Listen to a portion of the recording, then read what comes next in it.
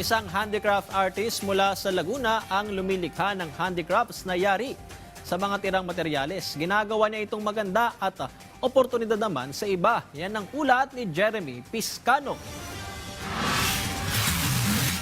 Sa San Antonio, Pila, Laguna, isang maliit na handicraft shop ang tahimik na umuunlad. Hindi lang sa kita kundi pati na rin sa isang layunin. Tinatawag itong Rolyo Likha Handicrafts at iba pa.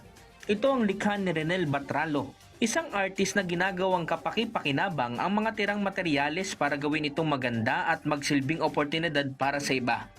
Naging inspiration yan sa akin para masabi ko sa sarili ko na one day, itong mga diary na to ay makakatulong sa akin, hindi lang sa akin, soon or later na magiging negosyo ko pagdating ng araw. Kaiba sa tipikal na negosyante, hindi niya tinitingnan ng iba bilang kompetensya, kundi nakikita niya sila bilang mga katawang. Sabi ni Batralo, alay niya ang pangalang Rolyo Likha kung saan siya nagsimula.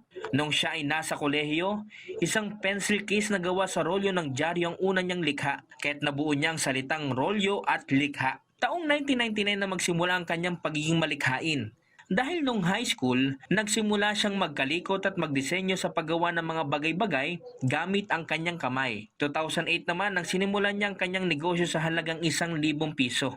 Mula sa pagtatrabaho mag-isa, lumawak ang kanyang network kasama ang kanyang mga magulang, kapatid, mga kapitbahay at kalaunan, mga estudyanteng mga habi mula sa mga kalapitbayan ng Cabinti at Luisiana. Ngayon, meron na siyang 6 na full-time na manggagawa at nagsusuporta sa ilang home-based weavers. Kabilang na mga taong may kapansanan, mga senior citizen at mga estudyante. Pati na rin ang kanilang mga asawa ay tumutulong.